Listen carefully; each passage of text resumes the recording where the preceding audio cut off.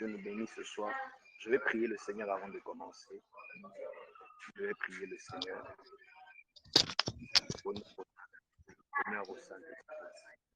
Honneur au Saint-Esprit. Honneur au Saint-Esprit. Honneur au Saint-Esprit. Saint-Esprit, prends place ce soir. Nous ne savons pas parler, nous ne savons pas, nous ne connaissons rien. Saint-Esprit, prends place ce soir. Au nom de Jésus-Christ. Au nom de Jésus-Christ. Honneur au Saint-Esprit. Honneur au Saint-Esprit. Saint-Esprit.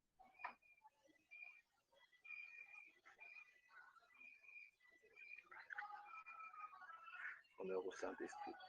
Père, nous te recommandons ces instants au nom de Jésus.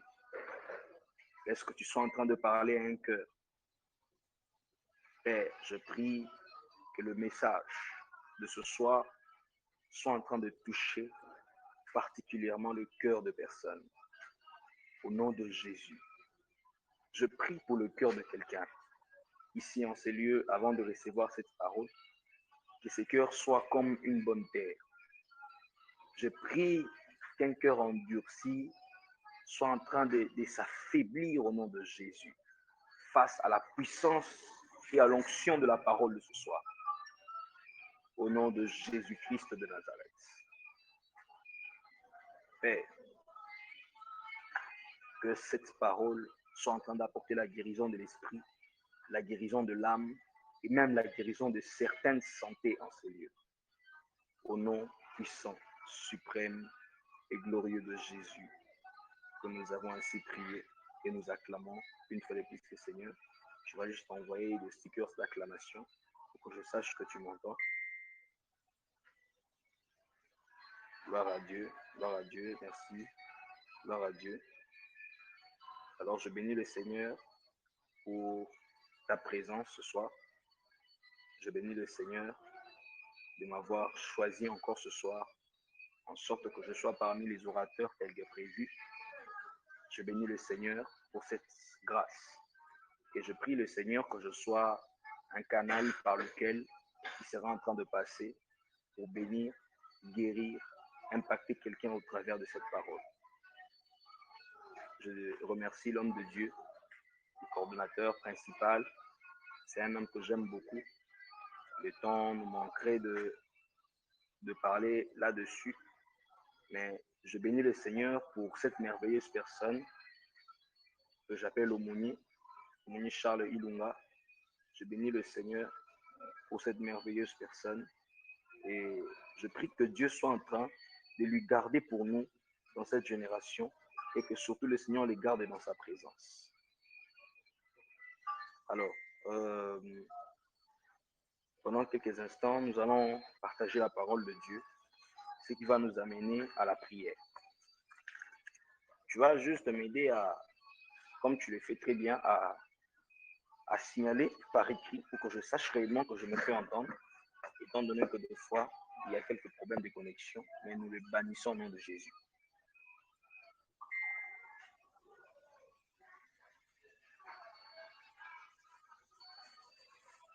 Alors, je vais commencer par lire les textes prévus. Les textes prévus. Mais avant de cela, je vous propose 3 textes ce soir.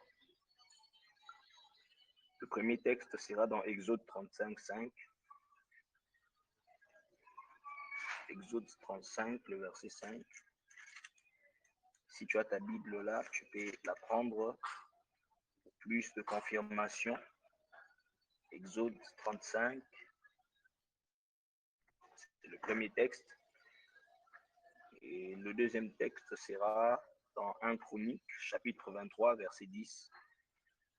Et le troisième texte sera dans Psaume, chapitre 7, le verset 11. Je vais lire Exode.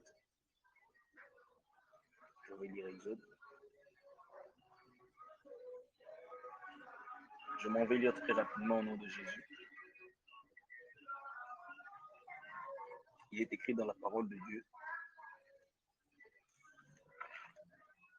Il est écrit ceci. Prenez sur ce qui vous appartient une offrande pour l'Éternel. Tout homme dont le cœur est bien disposé apportera en offrande à l'Éternel de l'or, de l'argent et de l'airain. 1 Chronique, je vais lire très rapidement, 1 Chronique chapitre 28, le verset 10. 1 Chronique 23, 10. 1 Chronique 23, 10. 28, 10 plutôt. C'est le chapitre 28. 1 Chronique, le chapitre 28. Je vais lire au nom de Jésus. Il est écrit,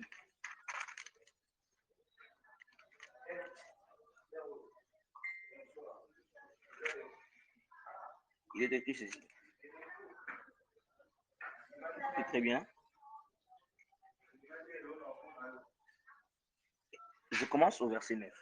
Au verset 9 et je vais aller jusqu'au verset 10. Je commence au verset 9 et je vais aller jusqu'au verset 10. Je suis dans le chapitre 28 de 1 Chronique. Il est écrit ceci.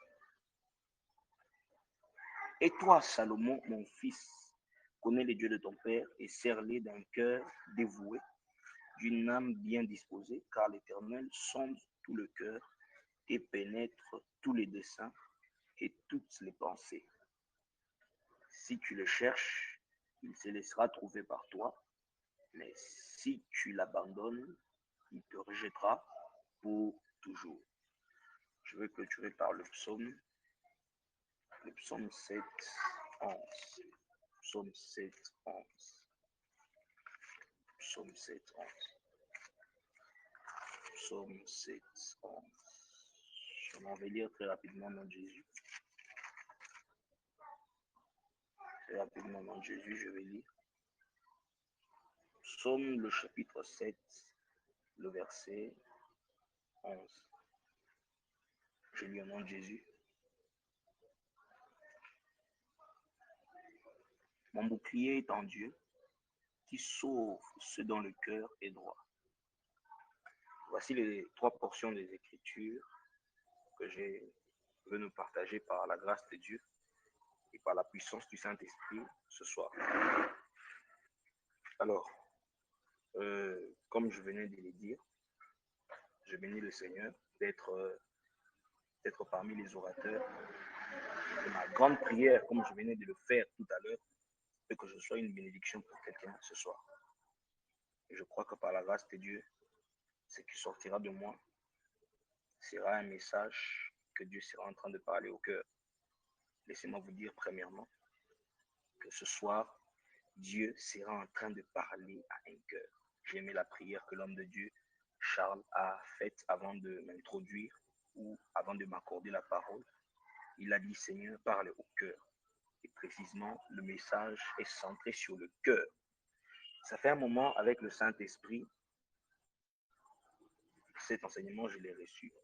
Ça fait vraiment un moment où le Saint-Esprit m'enseigne sur ce que je vais parler ce soir. Où je suis en train de passer dans une certaine école de l'Esprit de Dieu. Et il m'a recommandé de le partager ce soir en guise de ces grands thèmes que nous avons. Alors, le thème que je nous propose ce soir par ce texte, le sous-thème, au-delà du grand thème, c'est un cœur bien disposé. Un cœur bien disposé. Un cœur bien disposé. Un cœur bien disposé. Gloire au Saint-Esprit. Honneur au Saint-Esprit. Un cœur bien disposé. Le Saint-Esprit est en train de parler aux acteurs du réveil. Le Saint-Esprit est en train de parler à tous ceux qui sont appelés à apporter les réveils dans leur génération. Le Saint-Esprit est en train de parler à tous ceux qui sont appelés à apporter les réveils dans leurs universités. Le Saint-Esprit est en train de parler à tous ceux qui sont appelés à apporter le réveil dans leur famille, apporter un nouveau mouvement de l'esprit dans leurs assemblées ou dans leurs églises d'une certaine dimension. ce soir, ce que le Seigneur demande à quelqu'un qui peut apporter le réveil dans sa famille, qui peut apporter le réveil dans sa société, dans cette génération, dans le monde entier, c'est un cœur bien disposé. Frères et sœurs, vous devez savoir que le cœur est un élément essentiellement important qui participe à la sélectivité de la part de Dieu lorsque Dieu veut choisir un homme. Lorsque Dieu veut se servir d'un homme, nous sommes tous d'accord que le réveil, c'est le fait que Dieu est en train d'utiliser les personnes. C'est le fait que le Seigneur, on peut beau définir le réveil de plusieurs manières. Mais en gros, nous allons dire, le réveil, c'est juste le fait que le Seigneur, Dieu Elohim, se sert des hommes ou se sert d'un homme pour apporter un certain mouvement ou pour atteindre ses objectifs. Là où Dieu pouvait agir parmi les hommes, alors Dieu va mandater un homme comme tous les hommes, en sorte que cet homme soit en train d'accomplir les choses telles que Dieu l'a prévues sur les hommes. En d'autres termes, Dieu passe toujours par les hommes pour agir parmi les hommes. Et c'est là que le réveil vient. Et c'est par le réveil que le Seigneur, Dieu, que le Saint-Esprit atteint ses objectifs parmi les hommes. Mais de ce fait, Dieu veut nous faire comprendre ce soir un élément très important qui participe à la sélectivité de Dieu. Lorsque Dieu se dit sélectif, lorsque Dieu va sélectionner les gens dans une génération, lorsque Dieu va sélectionner les gens dans une famille, lorsque Dieu va sélectionner les gens dans une université, lorsque Dieu va sélectionner les gens dans un quartier, dans un continent, dans un pays, dans le monde entier, sur le plan interne ou international, pour apporter le réveil, l'élément très important que tu dois retenir ce soir, que Dieu a toujours contrôlé, que Dieu a toujours contrôlé, que Dieu a toujours vérifié, que Dieu a toujours sondé pour se servir d'un homme afin d'apporter le réveil. Frères et sœurs, ça s'appelle le cœur. Le cœur. J'aimerais dire à quelqu'un, l'élément principal, ce n'est pas une forte vie de prière. Est-ce que j'ai dit qu'il ne faut pas avoir une forte vie de prière? Est-ce que j'ai dit que ce n'est pas important? Non. Mais l'élément important auprès de Dieu, ça peut te choquer, mais c'est une vérité. Ce n'est pas du fait que l'homme ait la capacité de méditer les Écritures pendant 2 heures. Ce n'est pas du fait que l'homme a une capacité de comprendre, de sonder les Écritures. Là, on s'est dit non, lui, vraiment, il va apporter le réveil. L'élément qui permet Dieu d'être sélectif dans notre génération pour se choisir des hommes pour le réveil, dans nos églises, partout où nous sommes, pour se choisir des hommes pour le réveil, afin d'accomplir la promesse qu'il nous a donnée, de nous donner les nations en héritage, il y a un élément que le Seigneur a toujours veillé, a toujours regardé, a toujours sondé. Ce ne sont pas les capacités que nous avons. Ce ne sont pas les capacités spirituelles que nous pouvons posséder. Parce que les capacités spirituelles peuvent être renforcées par le Seigneur après que sa vocation soit établie sur toi. Parce que Dieu n'appelle pas ceux qui sont qualifiés, mais Dieu qualifie ceux qu'il appelle. J'aimerais dire à quelqu'un, toi aujourd'hui qui présente de faiblesses, toi aujourd'hui qui présente des imperfections, ne te dis pas que tu ne peux pas apporter le réveil. Toi qui aujourd'hui tu n'arrives pas à prier pendant 3 heures du temps. Toi qui aujourd'hui tu n'arrives pas à méditer les Écritures, tu peux voir les autres le faire et ça t'impressionne. Ça crée en toi un certain complexe d'infériorité. J'aimerais dire à quelqu'un, il y a un élément que Dieu a toujours vérifié, sondé. Ce n'est pas la capacité de prier, ce n'est pas la capacité de méditer, parce que tu peux la cultiver avec le Saint-Esprit. Mais l'élément clé que Dieu a toujours voulu dans sa vocation, afin que l'homme soit servi par Dieu, soit un instrument entre les mains de Dieu pour apporter le réveil et pour que Dieu accomplisse cette mission en héritage à ses enfants, c'est le cœur. Dieu regarde la qualité et l'état du cœur de l'homme. Quand Dieu dit, je vous donnerai les nations pour héritage, c'est une promesse que le Seigneur est en train de faire à tous ceux qui sont attachés à lui. C'est une promesse que le Seigneur est en train de faire à tous ceux qui sont nés de lui, si je peux dire comme ça, dans cette dispensation de la grâce.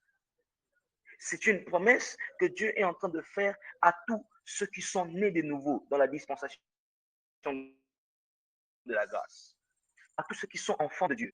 Et cette promesse, c'est une manière, une sorte ou une manière de Dieu de nous donner accès à apporter le réveil dans notre génération.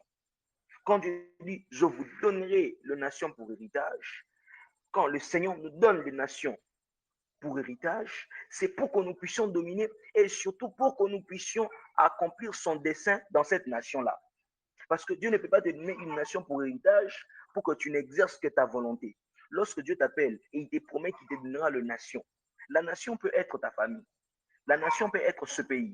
La nation peut être ton université, ton lieu de travail. Quand Dieu dit, je te donnerai les nations pour héritage, c'est pour qu'en sorte que lorsque les gens verront cette nation, qu'ils voient vraiment que cette nation ressemble à ce que Dieu voulait. Et c'est par toi que Dieu va passer. C'est par toi que Dieu va passer. Mais avant de passer, ce soir, j'aimerais dire à quelqu'un, Dieu regarde quelque chose de très crucial. Ça s'appelle le cœur. Ça s'appelle le cœur. L'état de ton cœur, la nature de ton cœur. Dans Exode, là où nous venons de lire, dans Exode chapitre 35, le verset 5, Dieu, ce qui m'étonne, Dieu est en train de vouloir à ce que les enfants d'Israël sacrifient ou donnent des offrandes. Tous, nous savons très que Dieu aime les offrandes. Il y a même certains qui croient que Dieu peut être impressionné par ces offrandes. Mais ici, bien sûr que Dieu a demandé les offrandes au peuple. Mais ce qui m'a beaucoup tiqué ou ce qui a attiré mon attention, c'est que Dieu pose une condition préalable pour être apte ou pour avoir cette habilité de donner l'offrande et que l'offrande soit acceptée par lui, Dieu. Et la condition, c'est le cœur. Dieu a dit, offrez-moi. Mais écoute Moïse, ceux qui vont m'offrir doivent au moins avoir en eux un cœur bien disposé. Ce qui veut dire, moi, Dieu, j'aime les offrandes. Je demande les offrandes. J'ai demandé de l'or, j'ai demandé de l'argent, j'ai demandé de l'airain. Il y a plusieurs types et plusieurs dimensions d'offrandes. Écoute, tous, on n'a pas le même moyen ou la même capacité financière pour donner les offrandes. Mais ce que j'aime avec Dieu, Dieu n'est pas dans la diversité de richesses. Dieu n'est pas dans la diversité de dimensions ou de capacités de moyens que chacun possède. Mais Dieu est dans sa condition préalable. Si certains possèdent de l'or pour offrir à Dieu, si certains possèdent de l'argent pour offrir à Dieu, selon leur capacité financière, la condition auprès de Dieu est toujours la même, c'est que tous aient un cœur bien disposé. Ce qui fait que tu peux avoir de l'or, mais si tu n'as pas un cœur bien disposé, Dieu va compter l'offrande de celui qui donne un pigeon. Dieu va compter et va considérer l'offrande de celui qui donne une minuscule chose. C'est d'abord la qualité du cœur. Dieu dit, tous ceux qui doivent m'offrir doivent avoir un cœur bien disposé. Ce soir, j'aimerais poser la question à quelqu'un. Est-ce que tu as un cœur bien disposé pour le réveil? Tu as un cœur bien disposé pour vivre et palper cette promesse que Dieu nous a donnée d'avoir la nation pour héritage, de posséder cette nation, ce pays-là, le Congo, le monde entier, ta famille, qui peut être aussi une nation pour toi. Est-ce que, par rapport à cette promesse, quand Dieu regarde préalablement ton cœur, est-ce que ton cœur est bien disposé? Est-ce que ton cœur est bien disposé? Bien-aimé, il y a un élément que Dieu a toujours regardé au-delà de la capacité spirituelle, avant la capacité spirituelle, avant l'intelligence, avant tout ce que l'on connaît là. Je vous dis, mettez ça à côté. Mais Dieu a d'abord regardé le cœur. Il va regarder l'état du cœur de la personne. Est-ce que c'est un cœur bien disposé? Mais le centre du réveil ou le centre de vivre les promesses de Dieu de manière très efficace, c'est le cœur. Parce que c'est le cœur qui reçoit les promesses, c'est le cœur qui va se disposer pour accomplir des choses afin de vivre ces promesses. C'est pourquoi Dieu a toujours regardé la qualité de cœur. Regardez toutes les personnes par qui Dieu est passé, toutes les personnes que Dieu a utilisées dans l'Ancien Testament, même dans le Nouveau Testament. Dieu témoignait d'eux une certaine nature du cœur. Dans 1 Chronique, chapitre 28, le verset 10, il est écrit, là c'est le roi David qui est en train de donner un conseil à son fils Salomon. Il dit à Salomon, Salomon, mon fils, connais le Dieu de ton père et sers-le. Ce qui veut dire qu'il est en train de conseiller à Salomon de connaître le Dieu qu'il a connu. Donc, il existe ceux qui ne le connaissent pas. Deuxièmement, donc, il existe ceux qui prétendent lui connaître, mais ne lui connaissent pas. Toi, tu es de quelle catégorie? Tu es de la catégorie de ceux qui prétendent connaître Dieu, mais qui ne le connaissent pas, ou tu ne connais pas Dieu. Parce que David est en train de dire à son fils, regarde, je sais que tu connais mon Dieu. Tu m'as peut-être vu lui servir de mon vivant pendant mon règne. Tu as vu comment il nous a donné la victoire dans plusieurs combats. Il était sûr que Salomon pouvait connaître. Mais pourquoi il insiste? Il dit, connais les dieux de ton père. C'est-à-dire qu'il y a une dimension de connaissance que l'on doit atteindre envers Dieu pour vivre certaines promesses. Je vais dire à quelqu'un, pour posséder les nations comme héritage, tu dois avoir ou atteindre une certaine dimension de connaître Dieu. Dieu ne donne pas les nations pour héritage à des personnes qui n'ont pas encore atteint une certaine dimension de lui connaître. Une certaine dimension de lui connaître. David est en train d'insister. Salomon, connais les dieux de ton père. Sers-les. Est-ce que tu ne les servais pas? Oui. Je sais que tu les servais parce que tu m'as vu lui servir pendant mon règne, pendant que je vaincu beaucoup de rois. Pendant que j'étais accepté par le peuple, tu m'as vu servir ces dieux. Tu m'as vu danser jusqu'à ce que les habits quittent les corps. Mais moi, je te conseille, sers ton Dieu. C'est-à-dire qu'il y a ceux qui servent le Seigneur, mais en réalité, ils ne le servent pas. Il y a ceux qui prétendent lui servir, mais en réalité, ils ne le servent pas. Mais regardez, pourquoi? Quand vous descendez, il dit, connais les dieux de ton cœur, sers-les avec un cœur dévoué.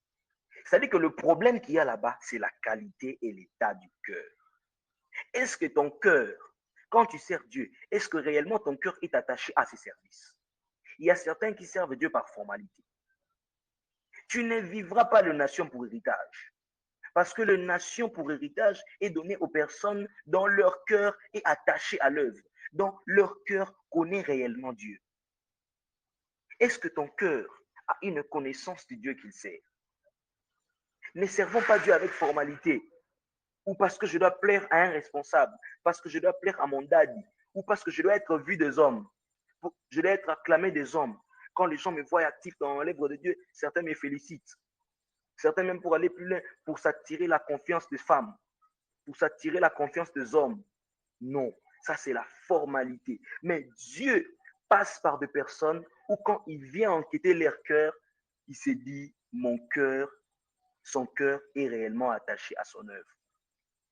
Son cœur est réellement attaché. Ce soir, le Saint-Esprit est venu parler à un cœur. Un cœur bien disposé pour apporter le réveil, pour posséder les nations comme héritage donné par l'Éternel, afin d'accomplir le dessein de Dieu dans cette nation, afin de faire en sorte que cette nation ressemble à ce que Dieu veut.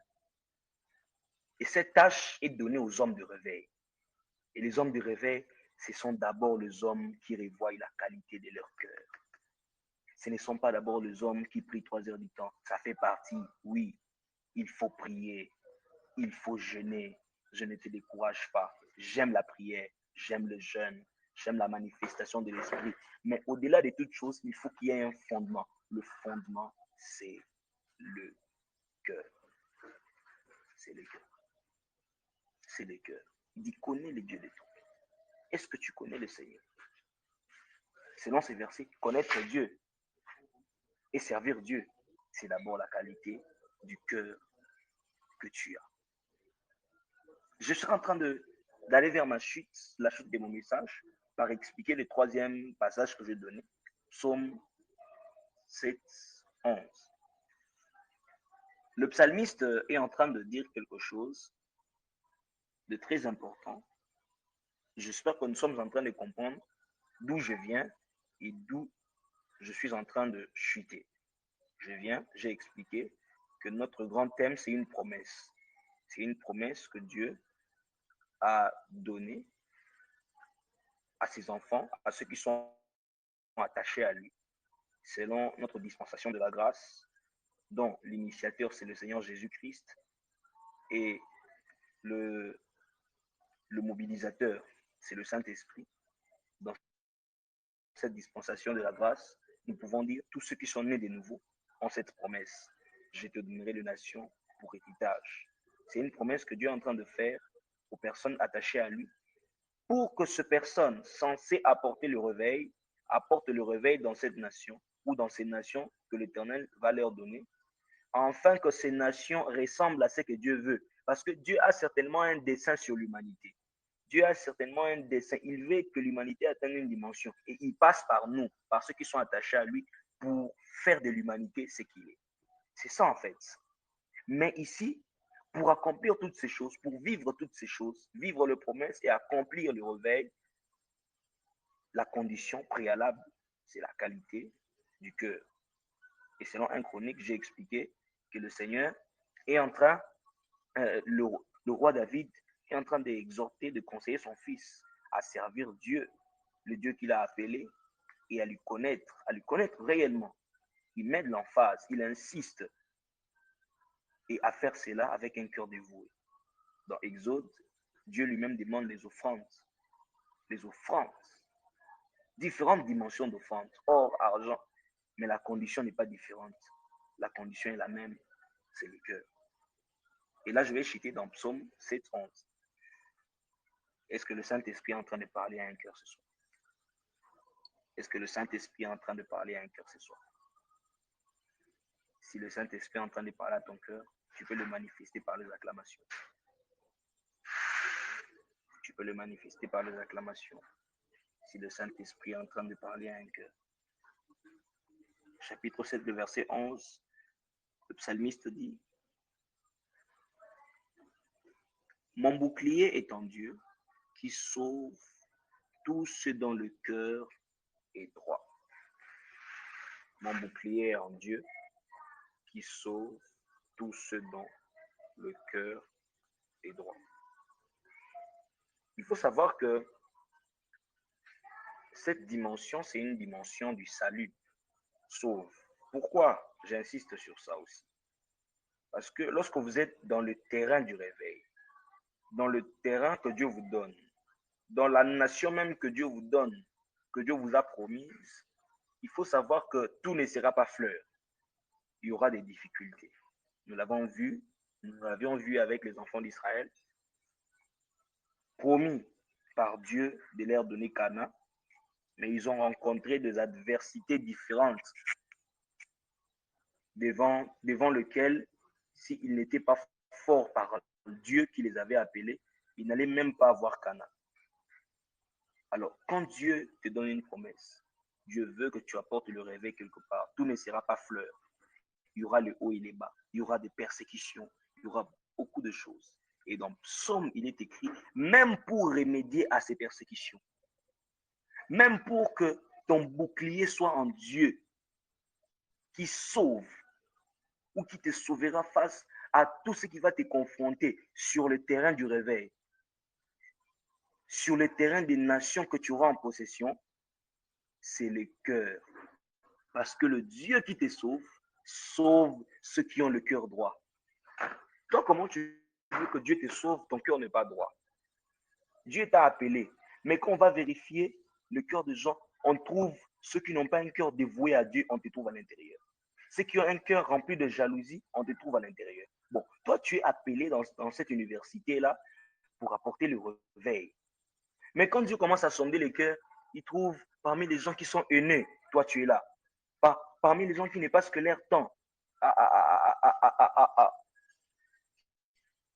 à se concentrer sur les choses de la chair. Toi, tu es là. Tu n'as pas un cœur différent des autres. Comment est-ce que Dieu peut te sauver sur le terrain du réveil quand les difficultés approchent ou quand les difficultés arrivent? David dit, que mon bouclier est en Dieu qui sauve tous ceux dont le cœur est droit. Non seulement la condition préalable pour voir la matérialisation de la promesse des nations, d'avoir le nation et apporter le réveil dans ces dites nations, mais aussi le cœur bien disposé nous permet d'être sauvés pendant que les adversités s'élèveront dans ces nations qui vont nous combattre. Parce que nous sommes appelés à vivre autrement que le système mondain. Même si Dieu nous appelle quelque part, tu n'es pas appelé à vivre selon les systèmes de cette place. Toi, tu es le porteur d'un nouveau système. Mais il arrive de fois quand on apporte un nouveau système, on n'est pas accepté. On n'est pas voulu, on n'est pas approuvé, on n'est pas acclamé, on est combattu. Ça arrive. Et pendant ces temps, c'est toujours un cœur disposé que le Seigneur va utiliser pour te sauver.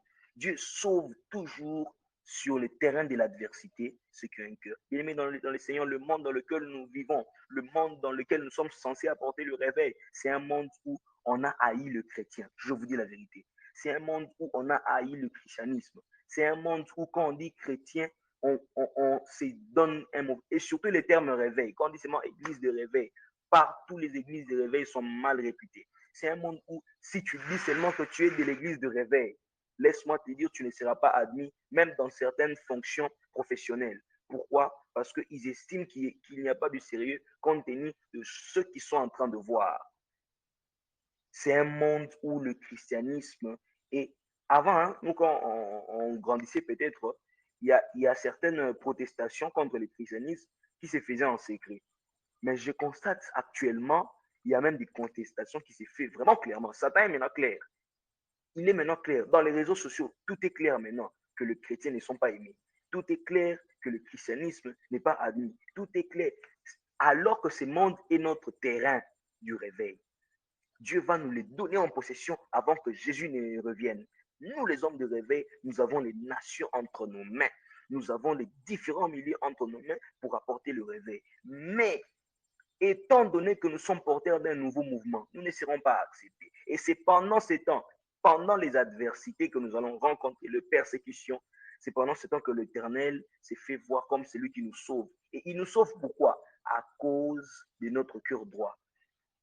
Quand Dieu voit que tu as un cœur droit, tu te poses des questions pourquoi certains combats priment sur toi, tu n'as pas de la victoire, revois ton cœur. Revois ton cœur. Si tu constates dans ta vie que depuis que tu faisais des prières de combat, Père Monto, les combats ne baissent pas, les combats sont là, tu as utilisé toutes les méthodes, les faits, de l'eau, tout. Tu as utilisé tout. Les anges, tu les as même épuisés. Si tu constates ça, revois d'abord la qualité de ton cœur. Parce qu'avec la qualité du cœur, l'Éternel peut lui-même combattre pour toi sans que tu ne battes les mains, que tu invoques le feu. Et puis la rapidité de la réponse de Dieu quand tu invoques le feu dépend de ton cœur. Élie avait un cœur dévoué à Dieu. Il dit que l'on sache que tu es Dieu et que je suis ton serviteur. Il a d'abord mis Dieu en avant. Ça détermine déjà la qualité du cœur que tu as. Mais comment Dieu va te donner la victoire sur le terrain du réveil tant que tu as un cœur rempli d'orgueil, rempli d'ego, exagéré. Tout tourne sur toi. Tu veux les miracles pour qu'on t'acclame. Regardez, les hommes de réveil, pour impacter, il faut que tu revoies la qualité de ton cœur. Dieu, même pour t'utiliser dans la puissance, dans le prophétique, il regarde d'abord le cœur. Est-ce que ce cœur ici, il peut t'utiliser, mais à certaines dimensions, il ne peut pas t'utiliser. Pourquoi? Parce qu'il sait. Il regarde la qualité de ton cœur et dit, si je commence à l'utiliser avec une dimension de voir les numéros de téléphone des gens, de voir les noms des gens, de voir les détails profonds sur la vie des gens, avec la qualité de ce cœur, ce type prendra ma place. Pourquoi? Parce que son cœur n'est pas bien disposé. Mais quand Dieu voit un cœur sincère, un cœur qui soupire derrière lui, un cœur qui est toujours, même quand je vivrai les expériences surnaturelles, mon cœur sera toujours attaché à Dieu. Ce sont ces genres de personnes que Dieu ne cesse d'utiliser puissamment. Vous voulez connaître les secrets pour être utilisé puissamment par Dieu? Le cœur. Le cœur. Pourquoi tu veux le miracle? Pourquoi tu veux l'onction? Pourquoi tu veux le prophétique? Le cœur. Le cœur. Le cœur. Le cœur. Est-ce que le Saint-Esprit est en train de parler à quelqu'un? Est-ce que le Saint-Esprit est en train de parler à quelqu'un? Est-ce que l'Esprit de Dieu est en train de communiquer un message à quelqu'un? Que quelqu'un acclame le Seigneur. Est-ce que quelqu'un peut acclamer le Seigneur? De là où tu es, j'aimerais que tu acclames et que pendant que tu envoies des stickers d'acclamation, que tu sois en train un peu de parler en langue. Sature ces instants par le parler en langue. Est-ce que tu peux parler à Dieu?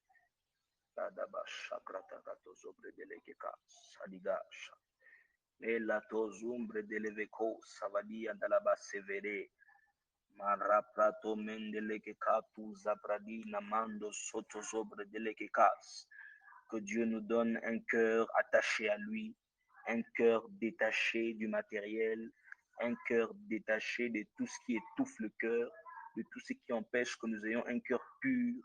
Que Dieu nous donne un cœur dévoué à lui, un cœur détaché aux femmes, un cœur détaché aux hommes, un cœur détaché aux acclamations des hommes, un cœur détaché aux approbations des hommes, un cœur détaché aux félicitations des hommes, un cœur détaché. Si tu veux impacter les hommes de réveil, il faut que Dieu te donne un cœur détaché des yeux des hommes. Tu ne te contentes pas de ce que les hommes diront de toi, que tu fasses bien, parce que les hommes peuvent te féliciter aujourd'hui et te critiquer demain. Les hommes peuvent dire que tu es bon aujourd'hui, demain tu deviens mauvais. Ils oublient que tu es un homme, tu peux manifester de faiblesse. Les hommes sont comme ça. Mais que Dieu te donne un cœur détaché des approbations des hommes. Que Dieu te donne un cœur où quand tu entreras dans une salle de 10 000 personnes, où on attendait que toi pour prêcher, on acclame, on acclame, on acclame, on acclame, l'homme de Dieu arrive, mais tu t'agenouilles, tu remets toute la gloire à Jésus. Et que Dieu te donne un cœur détaché du matériel, ou même quand tu serviras Dieu, tu ne tiens pas compte de l'argent. Oui, l'argent viendra, mais l'argent ne sera que le résultat de l'œuvre que nous sommes en train de faire pour Dieu. L'argent ne sera pas un calcul, ne sera pas un calcul. Oh, je calcule, je vais prêcher, je sais que je serai béni par autant. Frère, que Dieu nous donne un cœur détaché de choses de la gloire de ces mondes. Si tu veux être utilisé en puissance, utilisé en gloire, tu es appelé à un ministère de puissance, à impacter, à avoir des nations pour héritage, afin d'apporter le réveil, revoir la qualité et la nature de ton cœur. Revoir la qualité et la nature de ton cœur. Que Dieu bénisse quelqu'un, que Dieu bénisse quelqu'un, que Dieu bénisse quelqu'un. Je suis en train, là où tu élèves ta main droite, je suis en train de déclarer pour quelqu'un. Je déclare, je déclare, je déclare, je déclare, je déclare, je déclare pour quelqu'un que Dieu te donne un cœur sincère. Que Dieu te donne un cœur sincère. Je prie pour un cœur en ces lieux qui constatait certaines choses qui ne sont pas conformes à ce que Dieu voulait de toi. Je prie que Dieu te donne un cœur sincère. Je prie que le Saint-Esprit, pendant que je suis en train de prier, soit en train de pénétrer le cœur de quelqu'un. Soit en train de pénétrer le cœur de quelqu'un. Soit en train de pénétrer le cœur de quelqu'un. Sois branché, je suis en train de clôturer. Sois branché, je suis en train de clôturer. Que le Seigneur soit en train de sonder le cœur de quelqu'un, soit en train d'entrer dans le cœur de quelqu'un, de façonner et de tailler le cœur de quelqu'un, de façonner et de tailler le cœur de quelqu'un. Je suis dans Psaume 17, je suis en train de chuter, je suis dans Psaume 17. Vous allez voir l'exemple de quelqu'un, et c'est par cet exemple que je finis. Cette personne m'a beaucoup étonné de sa prière. C'est le psalmiste David. Psaume 17, 3, il est écrit dans la parole de Dieu. Si tu sondes mon cœur, si tu les visites la nuit, si tu m'éprouves, tu ne trouveras rien. Ma pensée n'est pas autre que ce qui sort de ma bouche.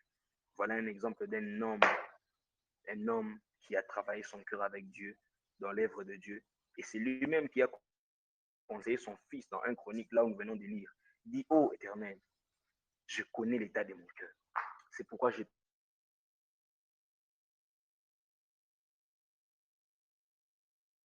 s'agenouiller. Cet homme qui peut aujourd'hui s'agenouiller pour éprouver Dieu et dire à Dieu, viens sonder mon cœur. David a dit, Seigneur, je te mets en défi. Viens sonder mon cœur. Viens voir. Tu verras qu'il y a toujours la sincérité et mon cœur est toujours bien disposé. Il y a un élément, David a dit, viens sonder mon cœur. viens sonder mon cœur. Il dit, si tu sondes mon cœur et si tu les visites pendant la nuit. Pendant la nuit, ce n'est pas le temps de la nuit, par exemple, comme nous sommes. Oui, ça peut être, mais dans un langage prophétique, le temps de la nuit, c'est un temps où les ténèbres sont en train de régner. C'est un temps où nous vivons des situations difficiles. C'est un temps où nous passons par des circonstances très difficiles. Mais c'est pendant ce temps maintenant que le roi David est en train de dire à Dieu, viens sonder mon cœur, tu trouveras toujours la sincérité. Est-ce qu'aujourd'hui, on a les hommes, dit les hommes de réveil, qui sont capables d'éprouver Dieu de cette manière, qui sont capables de garder leur cœur, peu importe les circonstances par lesquelles ils sont en train de passer, qui sont capables de veiller sur leur cœur, même quand ils passent par le temps de la nuit. Ce sont ces genres de cœurs, ces genres de personnes que Dieu veut, afin de matérialiser cette promesse, de nous donner en possession les nations pour héritage, afin que nous apportions le réveil. Ainsi, et cette portion de parole que le Seigneur avait mis en moi,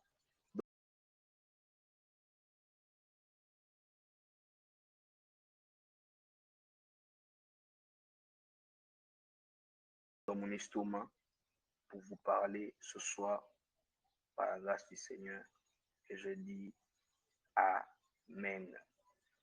Que quelqu'un écrive Amen et qu'on acclame encore le Seigneur. Ne te fatigue pas d'acclamer le Seigneur, s'il te plaît. Donne-moi un Amen et acclame le Seigneur. Donne-moi un Amen et acclame le Seigneur. Donne-moi un Amen et acclame le Seigneur. Donne-moi un Amen et acclame le Seigneur.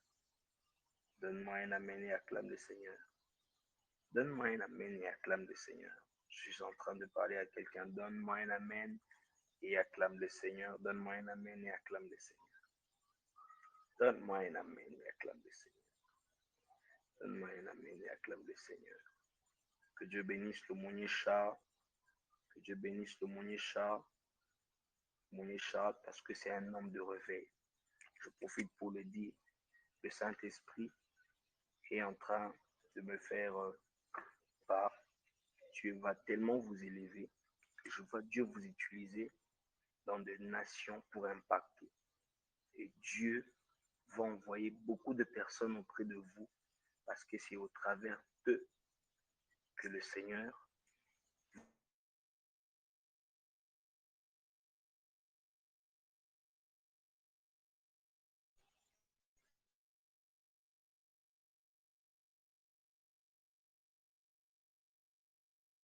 honneur au Saint-Esprit vers vous.